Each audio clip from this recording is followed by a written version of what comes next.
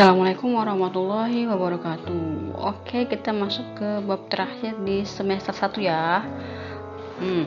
Kalau udah masuk ke bab terakhir itu berarti tandanya sebentar lagi kita mau pas. Ya, bulan depan kita pas, bulan Desember. Jadi tinggal sedikit lagi waktunya untuk belajar di semester 1 ini. Kalian harus semangat ya. Kali ini kita akan masuk ke bab kesebangunan dan kekongruenan. Ini salah satu materi yang gampang juga, tapi kalian harus perhatikan materinya, oke? Semangat ya.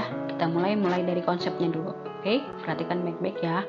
Kalau ada yang nggak paham, tanya. Ibu tunggu pertanyaannya.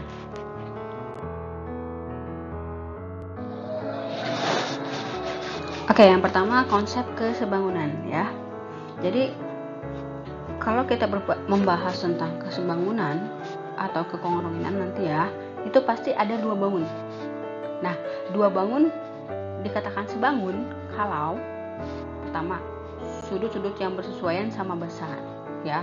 Contoh yang digambar tuh, misalkan di situ ada belah ketupat ya, ada belah ketupat ABCD dan belah ketupat KLMN. Nah, sudut yang bersesuaian itu maksudnya sudut A dengan sudut K, kemudian sudut B dengan sudut L, sudut C dengan sudut M, sudut D dengan sudut N. Itu namanya sudut yang bersesuaian. Jadi sesuai dengan bentuknya gitu ya, oke? Nah, kemudian perbandingan panjang sisi yang bersesuaian itu sama. Ini adalah yang kedua. Maksudnya apa? Panjang AB perbandingannya panjang AB per KL itu sama kayak panjang BC per LM. Saat itu perbandingannya ya. Jadi kalau misalnya kesebangunan itu perbandingan panjang sisinya sama perbandingannya. Kemudian yang ketiga bentuknya bisa berbeda ya. Maksudnya ukurannya yang berbeda, bukan bentuknya. Jadi perhatikan yang ada di gambar itu kan belah ketupatnya ukurannya beda. Yang satu kecil, yang satu besar. Nah itu bisa aja dibilang sebangun ya, tapi tidak bisa dibilang kongruen. Oke, paham ya? Jadi kalau misalnya kita mau bilang dua bangun itu sebangun, kita harus menunjukkan bahwa sudut-sudut yang bersesuaiannya sama besar, kemudian perbandingan panjang sisi yang bersesuaiannya sama perbandingannya, yaitu dua bangun itu bisa dikatakan sebangun.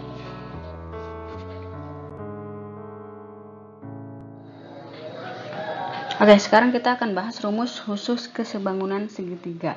Jadi Ibu sudah menuliskan 4 rumus di sini. Kenapa ada rumus-rumus ini? Karena akibat dari konsep kesebangunan yang kita bahas tadi ya. Jadi ketika ada konsep kesebangunan, kemudian ada soal, maka di situ muncul beberapa bangun segitiga yang berbentuk macam-macam.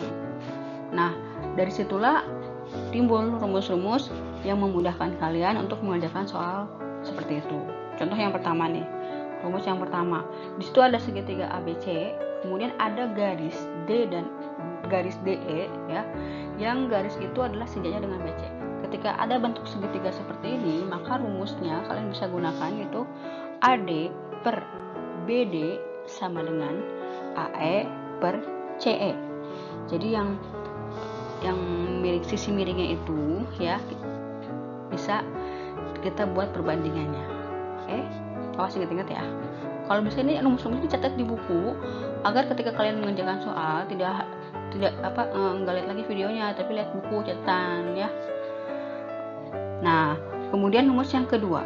Di situ ada segitiga siku-siku, kemudian ditarik garis BD yang BD itu tegak lurus dengan AC. Nah, kalau ada gambar seperti ini, maka rumusnya perhatikan AB kuadrat itu sama dengan AD dikali AC. Kemudian ada lagi BC kuadrat sama dengan CD dikali AC. Kemudian kalau BD-nya BD kuadrat dikali sama dengan AD dikali CD. Jadi kadang-kadang di sini segitiga ini cari BD, cari AD, cari DC. Nah, ini rumusnya ya. Oke, kita lanjut ke rumus yang ketiga. Masuk ke rumus 3 dan 4. Kalau rumus 3 dan 4 ini masuknya ke trapesium ya. Lihat ada bangun trapesium di sini. Kita awali dengan rumus yang ketiga. Ada trapesium ABCD, kemudian ditarik garis EF yang sejajar dengan BC dan AD.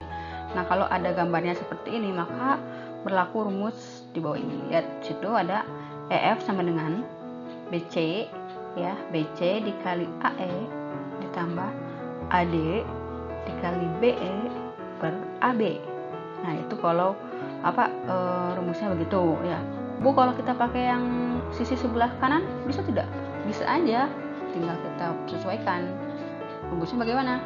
BC dikali DF ditambah AD dikali FC per CD. Gampang ya. Jadi bisa kalian pakai yang sebelah kiri atau sebelah kanan, bebas mau yang mana, tergantung soal diketahuinya yang mana. Kalau diketahuinya angkanya di sebelah kiri, ya pakai rumusnya yang sebelah kiri. Kalau angkanya adanya di sebelah kanan, ya pakai rumus yang kanan. Yang jelas konsepnya sama ya. Kemudian yang keempat, rumus keempat, di situ ada trapesium. Nah, ada garis EF yang sejajar dengan AB dan DC ditarik dari dua diagonal ya. Nah, maka kalau ada gambar seperti ini, kalian tinggal kurangi saja AB dikurangi CD bagi 2, itu adalah panjang EF. Kok bisa tiba-tiba jadi seperti itu? Bisa, ada asal muasalnya. Kalau kalian pengen tahu gimana prosesnya, tanya ke ibu, oke? Tanya, ibu tunggu pertanyaannya ya.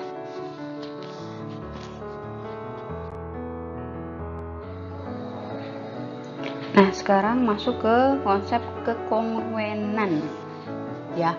Jadi kalau ibu bilang kongruen itu sama, kongruen itu sama maksudnya gimana, Bu? Jadi kalau dua bangun dikatakan kongruen kalau sudutnya semuanya besarnya sama, yang bersesuaian ya. Kemudian sisi-sisi yang bersesuaiannya sama panjang juga. Dan bentuk bangunnya itu mempunyai ukuran yang sama persis, itu berarti kongruen. Seperti ada gambar di situ, ada gambar trapesium kan.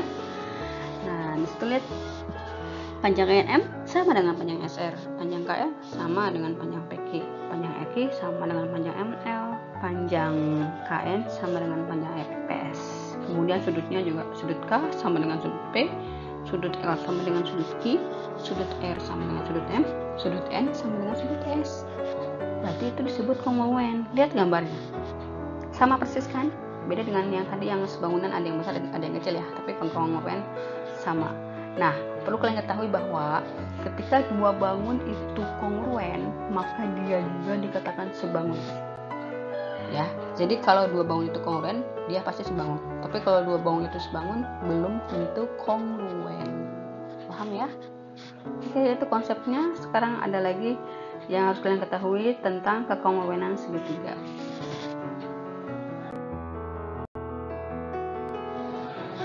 Nah, sekarang kekongruenan segitiga. Di sini ada 3 syarat cukup yang menunjukkan bahwa dua buah segitiga itu kongruen. Jadi kalian kalau misalnya ditanya apakah segitiga ini kongruen, nah buktinya bisa pilih salah satu dari 3 ini ya, jangan pakai 3-3-nya, satu aja pilih yang mana. Misal gini, Bu, segitiga itu kongruen. Kenapa? Karena saya bisa menunjukkan 3 pasang sisinya sama panjang, pakai dalil sisi sama sisi. Nah, itu betul ya, bisa. Kemudian kalau misalnya ada yang bilang kayak gini lagi, Bu, kalau saya pakainya dalil sisi sudut sisi, karena 2 pasang sisinya sama panjangnya yang bersesuaian ya, dan 1 pasang sudutnya sama besar, ya itu juga bisa. Bu, kalau saya pakai 2 pasang sudut yang bersesuaian sama besar dan 1 pasang sisinya sama panjang, pakai dalil yang sudut sisi sudut, itu juga bisa ya. Jadi ini adalah cara kalian untuk menunjukkan apakah segitiga itu kongruen atau tidak. Nah, ini alasannya ya. Jadi kalau misalnya tanya kekongruenan segitiga, kalian pakai 3 cara ini.